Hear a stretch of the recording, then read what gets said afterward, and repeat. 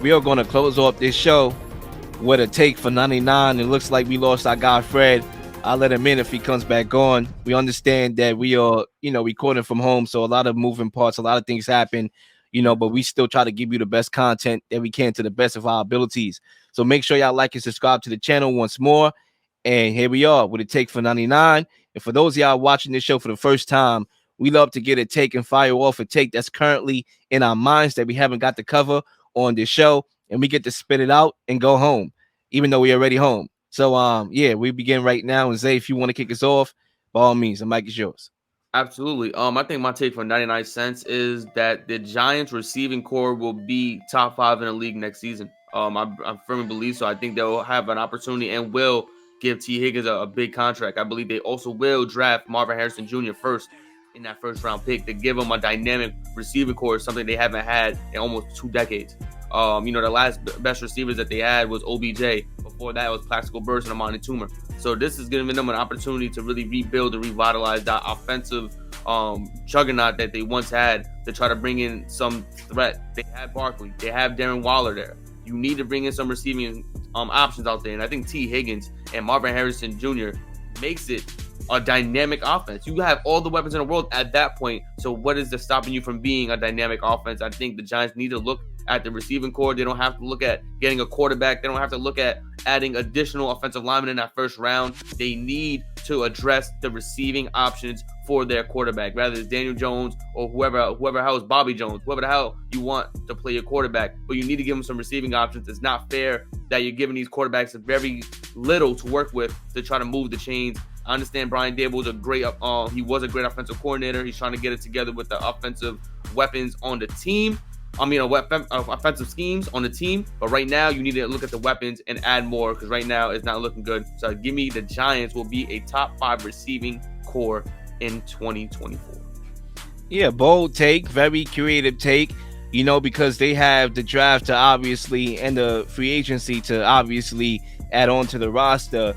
There's no reason why they shouldn't bring Tee Higgins over. That should be the team that comes to mind, the first team that comes to mind that should sign Tee Higgins to bolster that receiving core. It need a bolstering. They need a lot of resources. They don't have a lot of resources. And I think they came in this year thinking that they was going to pull off the magic trick that they did last year. And it just wasn't happening this year. This year is not for the magic. As we saw, with Buffalo when we started the show, it's not about the magic anymore. It's not about the Houdini plays. It's about playing complementary football and being consistent. And the Giants haven't this year. Vikings, ain't nothing magic about this year compared to last year. Same thing with the Eagles. They have to work to get back to a Lombardi this year. So, we'll see what they add in the offseason and if that makes a difference in regards to quarterback play. Because obviously, in order for them to have a top 5 receiving core, the quarterback play has to elevate those guys for us to deem them as a top 5 receiving core. So we'll see who their quarterback is in those regards, whether it be Daniel Jones, Tyrod Taylor, maybe the kid from Baylor. I don't know. But anyway, my take for 99. And it's funny because, the last couple weeks, I've been very creative, very bold with my take for 99. And I kind of want to dial it back a little bit this week because we talked about a lot from week 10. And by the way, week 10, probably arguably the best week in the National Football League this year. A lot of games coming down to game-winning field goals, this, that, and the third, right? We talk about a lot of things, a lot to take away from week 10. However, one thing that we didn't cover on this show is that Kyler Murray is back. And my take for 99 is that Kyler Murray, by season's end, will remind us all why he's a top 10 quarterback in this league, and he will not give the Cardinals the ability to choose between him and Caleb Williams. That's my take for 99. And the reason why I bring that up is because, my guy came back from injury, missed 13 weeks, and came out and led a game-winning drive.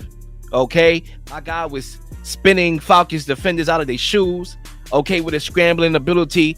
When you talk about that final drive in particular, my guy scrambled for a 13-yard gain, and then on top of that, he threw a bomb 33 yards to Trey McBride, and he played in stride, and they was able to kick the field goal and survive and win the game.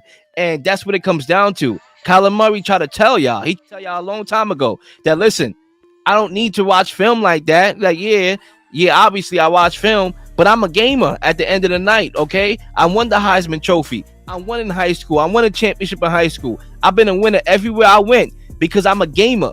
When I touch the field, I make plays happen, whether that be through the air, whether it be through the ground. I make plays happen. So when we try to criticize his study habits and try to come at him and his contract or whatever, he will remind us all in that game that he's still a gamer. And I think by season's end, he's going to remind us and everybody that he's still a top 10 quarterback. You must have forgot.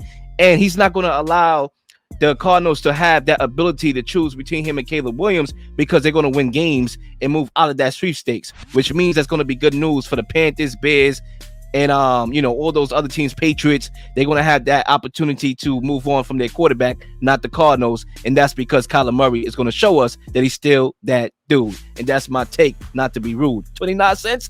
Oh, I mean 99 cents. My night is done. And ladies and gentlemen, that wraps up another show of 99 Pod. It's not 1999 anymore. And Zay, as always, I'm looking forward to the next show that we do.